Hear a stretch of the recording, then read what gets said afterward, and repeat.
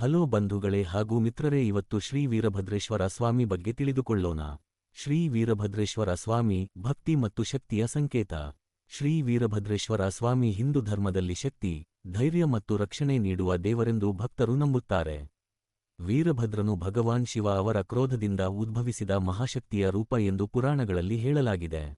ಆದ್ದರಿಂದ ವೀರಭದ್ರಸ್ವಾಮಿ ದೇವಾಲಯಗಳು ಭಾರತದಲ್ಲಿ ಅನೇಕ ಸ್ಥಳಗಳಲ್ಲಿ ಕಂಡುಬರುತ್ತವೆ ಮತ್ತು ಭಕ್ತರು ಅಪಾರ ಭಕ್ತಿಯಿಂದ ಪೂಜಿಸುತ್ತಾರೆ.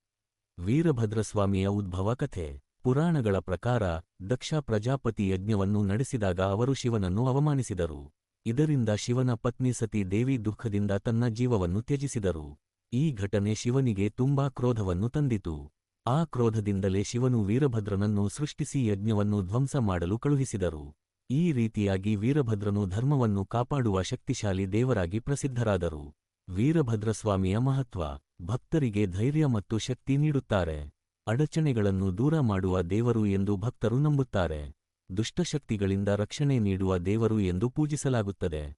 ಭಕ್ತಿಯೊಂದಿಗೆ ಪೂಜಿಸಿದರೆ ಜೀವನದಲ್ಲಿ ಯಶಸ್ಸು ಮತ್ತು ಶಾಂತಿ ದೊರೆಯುತ್ತದೆ ಎಂದು ನಂಬಿಕೆಯಿದೆ. ಭಕ್ತಿಯ ಮಹತ್ವ.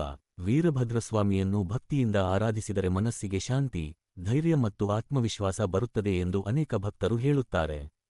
ಪ್ರತಿ ವರ್ಷ ಹಲವಾರು ದೇವಸ್ಥಾನಗಳಲ್ಲಿ ಜಾತ್ರೆ ಮತ್ತು ವಿಶೇಷ ಪೂಜೆಗಳು ನಡೆಯುತ್ತವೆ.